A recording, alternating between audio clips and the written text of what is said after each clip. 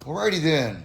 I think, if I remembered this correctly, we are on step 4, the final phase, before we can set our bike down and fire it up and see how we did. As you can see, I have removed the carburetor that I placed on there just for positioning in the frame. And it's time to hook up my throttle cable. I personally add a few drops of oil to my throttle cable.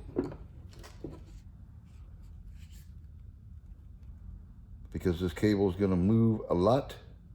Not really far, but a lot every time you accelerate and deaccelerate. And we want a smooth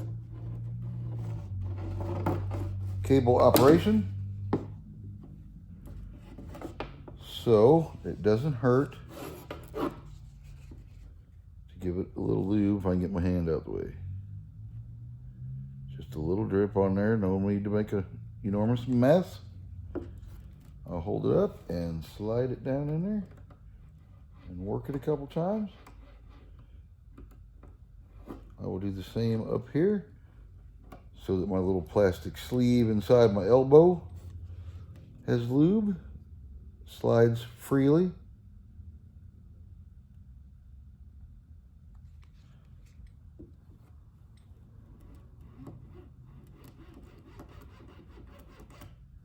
All right. Okay, now we're ready to install that on our carburetor. But while we're here, much like the engine, we're going to check the screws that hold our carburetor together, because that had a little turn left in it. And if this is not 100% tight, it will sweat gasoline, because that is where your fuel bowl is. Well, that is your fuel bowl with the float in it. That's where all the gas is at. If that's got any leak at all, it will drip gas, make a big mess, be quite funky, and drip in your house or garage, and who wants all that? Okay, so now we will take off the top as such, because we have to feed our throttle cable down. Now we need the slide to come out of here. Sometimes you can dump them out and it'll come. There it is. There's all of our little pieces. But I will show you one by one how to get them reinstalled. Our oil. Okay, we'll take the top of our carburetor first, push our cable through there, through our rubber protective dust boot, and you heard it click in the very top there, and there goes the oil can, which I knew to not set it there. Okay, being as I have a little oil from lubing the cable on my fingers, I will wipe a little film on the old barrel slide there. Get my cable back out. Oh man, did it to me again. Quit doing that. Try to wedge it in there. Okay. Now we have our top on there, back to what we were doing. And we will slide our spring on as such and pull that up with our fingers.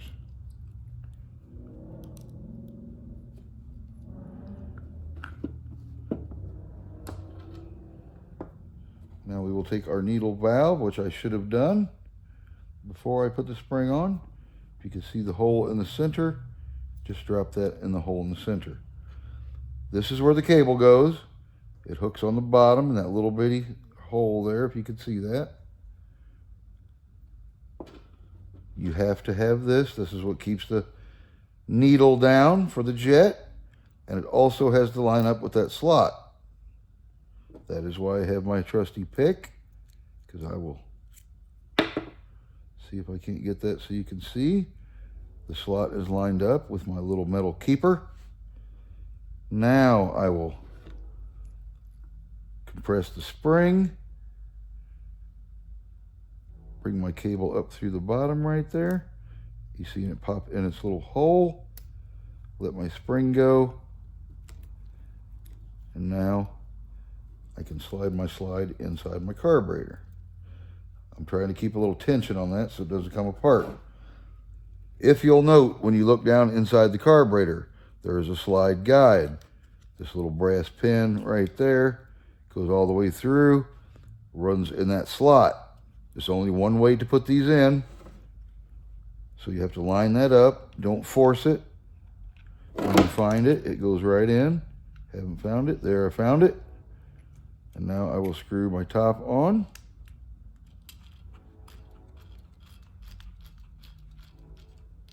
Snug the top down. And now our throttle cable is installed. Put my boot back down, my end result. Now, to double check and make sure everything is working fine, I can pull my carburetor. I can not only hear my slide going up and down, but you should be able to see the slide go up and down. Hopefully there's enough light for that.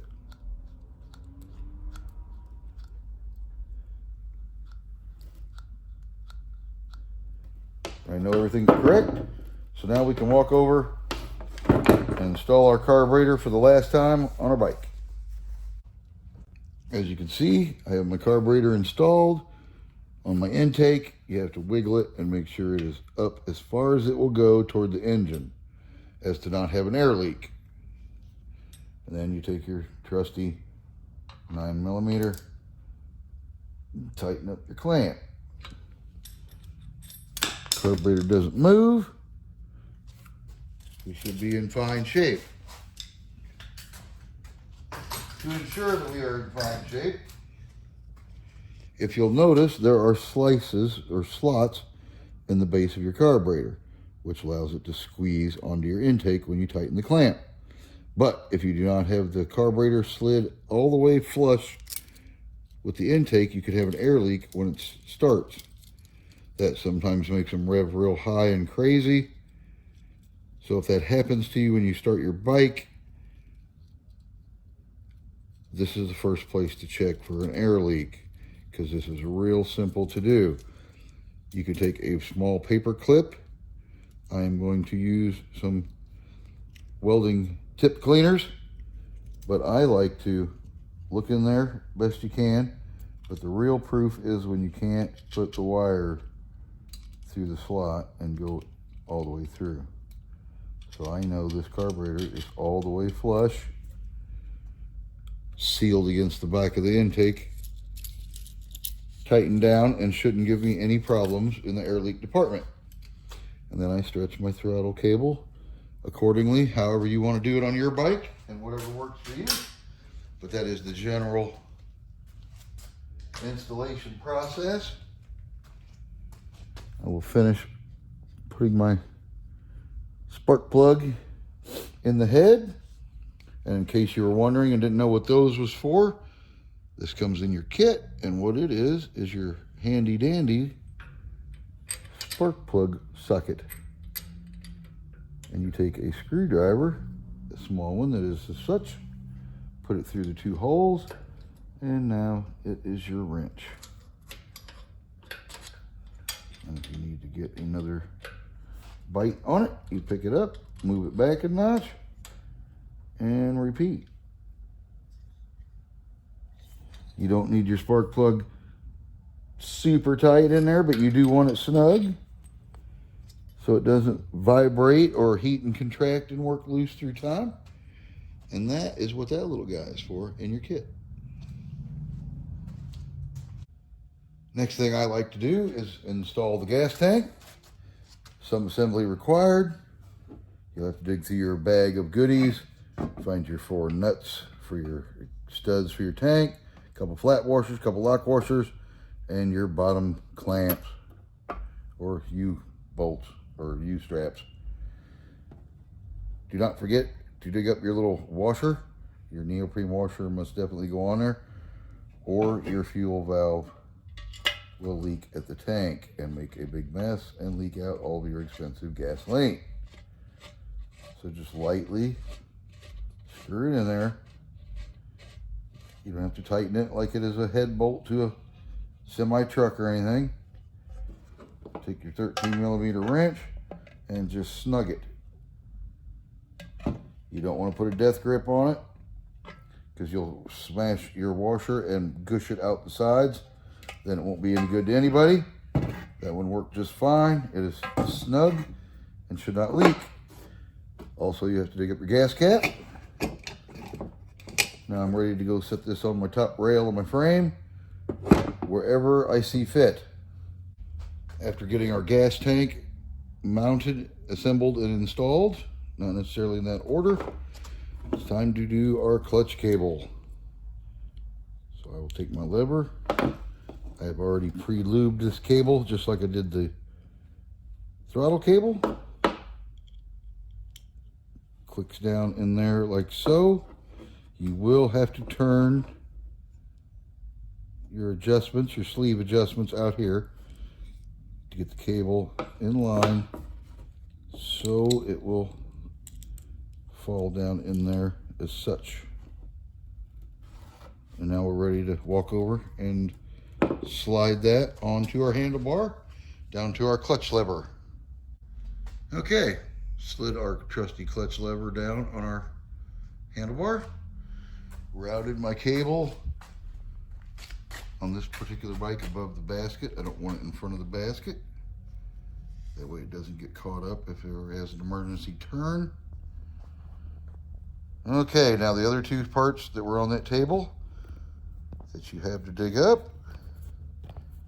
As soon as I get it untangled in my hand, the big spring. It is a protector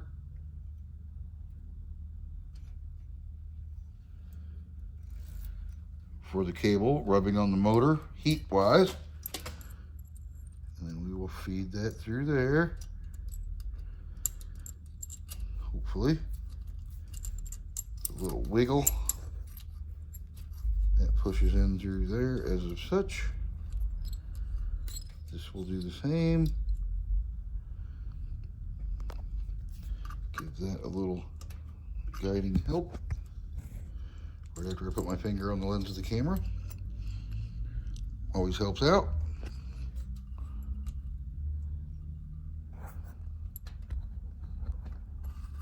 Okay, had to make a bobble there. Sorry, had to use the other finger. But you get the idea. That is how that is assembled. Slide your spring down.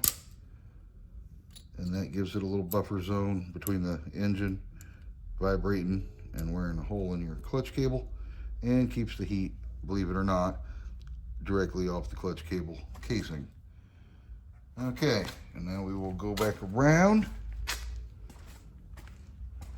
Install spring number 2 on our wire right there.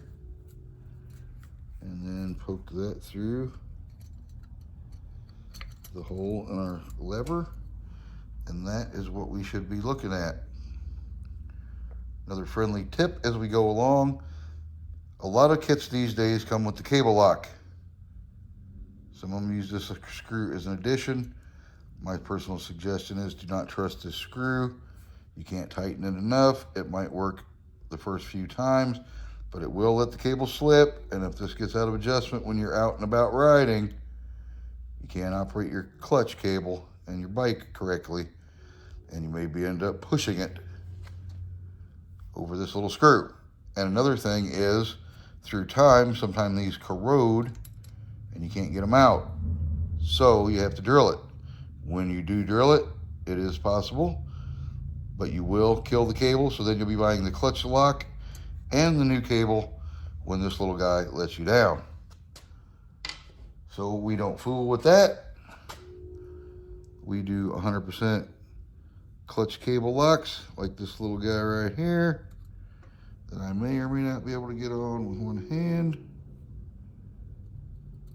There we go. And I will snug this up as soon as I get it in the picture. Sorry about that. And I will use the cable lock, because the cable locks never corrode, and you can always get a pair of pliers. God forbid you strip that little Phillips head out, and always use your cable lock. It will not slide on you either. Okay, so let's get that adjusted. All right, adjusting these, you have to be careful, but it is doable.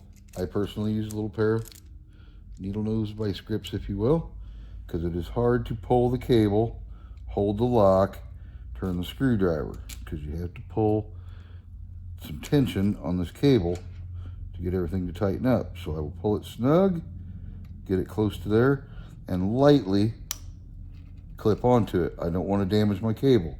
I just want to hang on to it. And I will, oh, didn't do it tight enough, did I?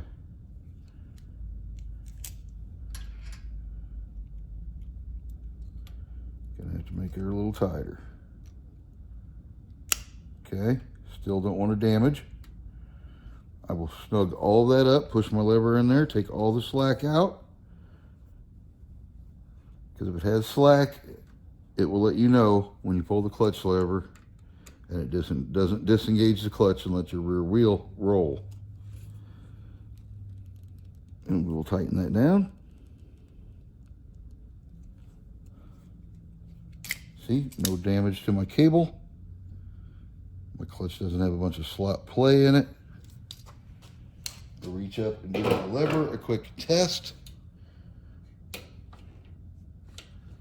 See if my wheel spins, and it does.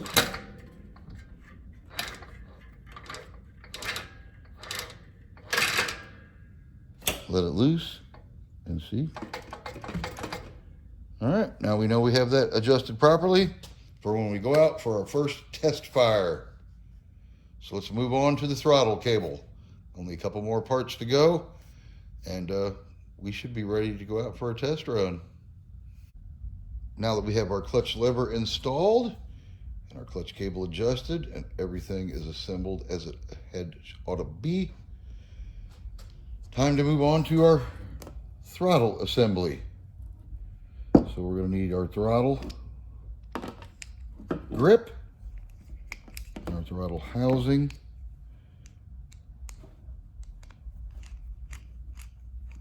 now unfortunately on this part it's not a massive difficulty. I'll admit I've done hundreds of them. I still find it a little pain in the butt, but it's the steps you got to go through to build it correctly and not have any problems. So we're going to take that apart. Be careful, because sometimes some throttle assemblies have little nuts that will fall out if you're not careful, just like that. And some of them don't have any and it goes through the plastic, but be careful and just keep an eye on that, because if you drop one of those little nuts, they roll around and they are hard to find. As you will notice, there is a little nipple sticking down from the top of your throttle assembly. We are going to have to drill a hole into the handlebars for that to clip into, because that way when you give your throttle and twist your throttle, the whole assembly doesn't move. I've seen a lot of guys guess 3 and 4 holes in the whole handlebars, but I'm going to show you an easy way I found how to mark it, drill it, and get it the first time. How I personally find the exact location to drill my pilot hole is I slide my throttle grip on. You can see it bottom out. You can take fingernail polish, any kind of paint, little paint on a brush, a little dab will do. I have a paint pen, so I will put me some paint right on that, just like such. I personally slide that vac just a 1/16 of an inch, and I press that down on there, wiggle it, and it's very faint, but you can see my paint spot is right there. So that is where I will drill my hole, and this will work perfect the first time. Okay, now that we got our hole drilled, we're ready to assemble all of our respectable parts. The first thing we must do is slide our cable down on our sleeve, insert this in the bottom half, and screw in our elbow.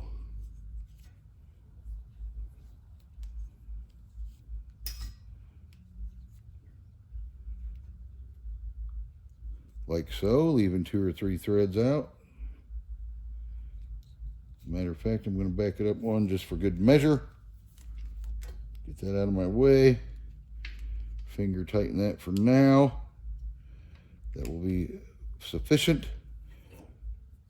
Slide my end of my cable into my throttle grip assembly here, as of such. Hopefully get a view of that. And then I will slide it on my handlebars. I will put my top on with my little nipple in that hole. Look down there and see where the hole is. And there it went. It slid in, as you can see. Nice firm grip. And now it doesn't rotate. So now is the tricky part sometimes, because you're holding all this stuff together the best you can. And now you got to put one of these little nuts up through the bottom. Just be careful to try not to drop them. I'm not even saying I'm not going to drop it. But I got it in its little spot. I will take my screwdriver. I can get myself out of the view there. Just snug that up so my assembly doesn't come apart. And I will get the back one installed. Through the hole. Put that up through the bottom.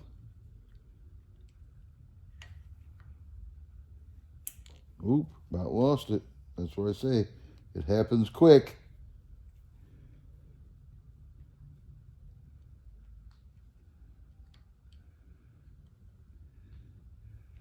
At least its buddy went in pretty fast.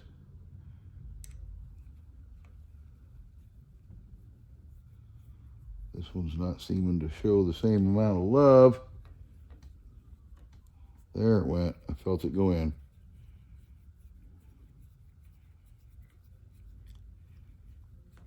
After it gets in there, you don't have to hold it with your fingers anymore. I personally put all my tension toward the back of the hole, because that's the way the throttle will be turning.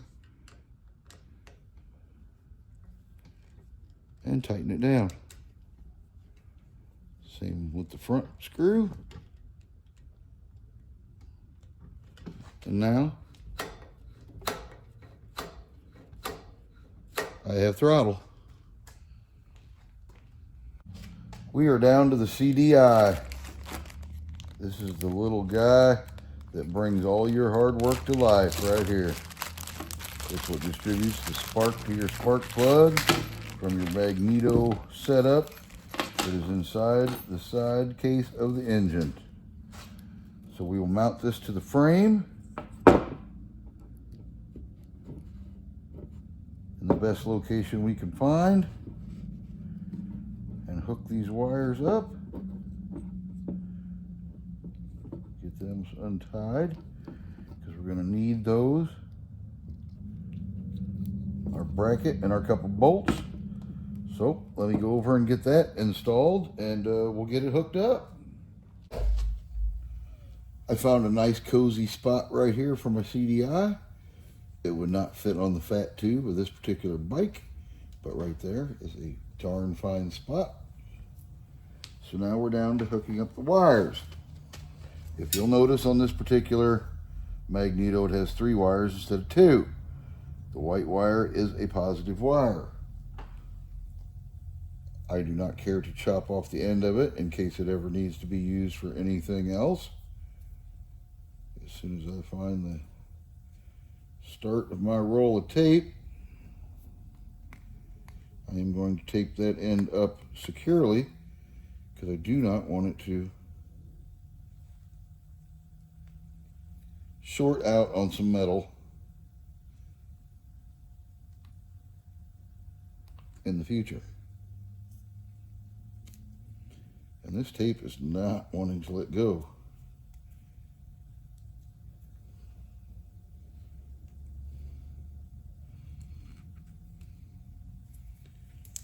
All right, finally. So I will cut me a piece.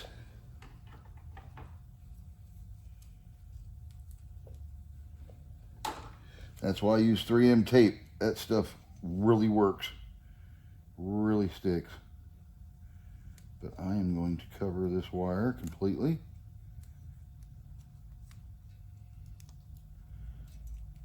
because it's going to be in with other wires. I'm personally going to use a loom. I see a lot of guys just tape them up and tape them to the frame. And if you are one of those folks that are just going to do that and don't have the wire loom, most definitely cover that white wire if your engine kit has one, because if it gets to the bare metal, it will short it out, damage your electronics, and or shut your bike off because it grounds it out and it will not run. The rest of it is semi-simple. Plug my black wire into my black wire. Make sure that it is snugly in there. Sometimes during shipping, these get banged around a little bit and they're loose, so make sure that your connection is not loose, because it will come loose on you when you're needing the bike the most, if you question that at all.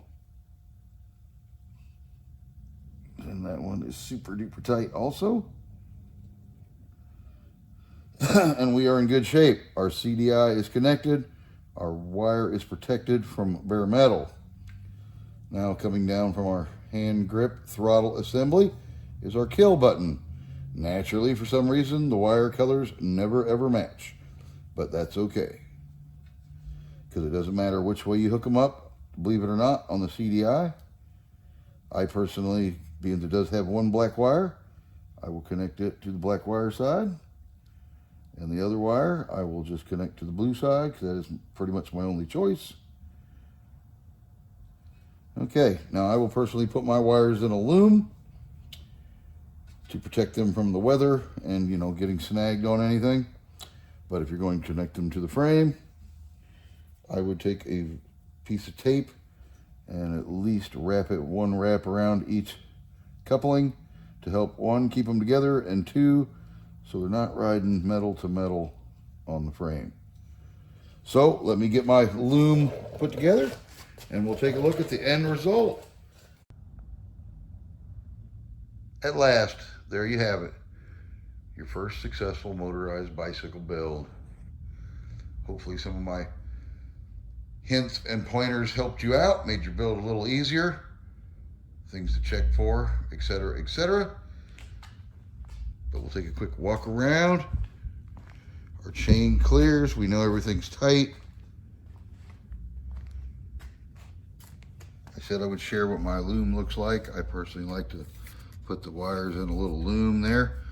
Makes the job look neater and or protects my wires from a little weather and whatnot. It is not waterproof, but hey, it keeps some water from splashing up on them and making them a mess and whatnot.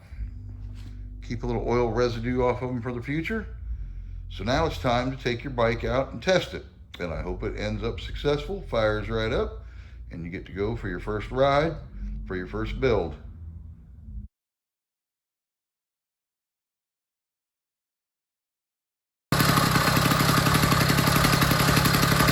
Alrighty then, this should be our end result. Problem-free, smooth running, motorized bike. All those little tip precautions you took, all paid off in the end. If you follow this step by step, smooth running chain, leak-free carburetor, no air leaks, no oil leaks. This is what we should have at the end.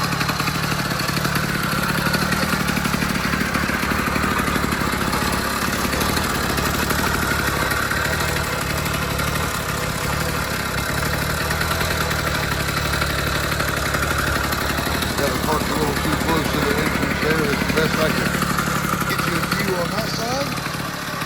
So anyway, I hope this helped a lot of people build their motorized bikes. Pick up a couple tips on a little performance. Well, not so much performance, but longevity tips. Motor mount. Naturally, you can't weld it at home. Generally, that's when people can. Or get the motor mount adapter before you order all your parts. I'm fond of the spring tensioner, but you don't have to run that. But in a nutshell, you should be up and riding and enjoying your bike. A lot more problem-free than if you just slapped it all together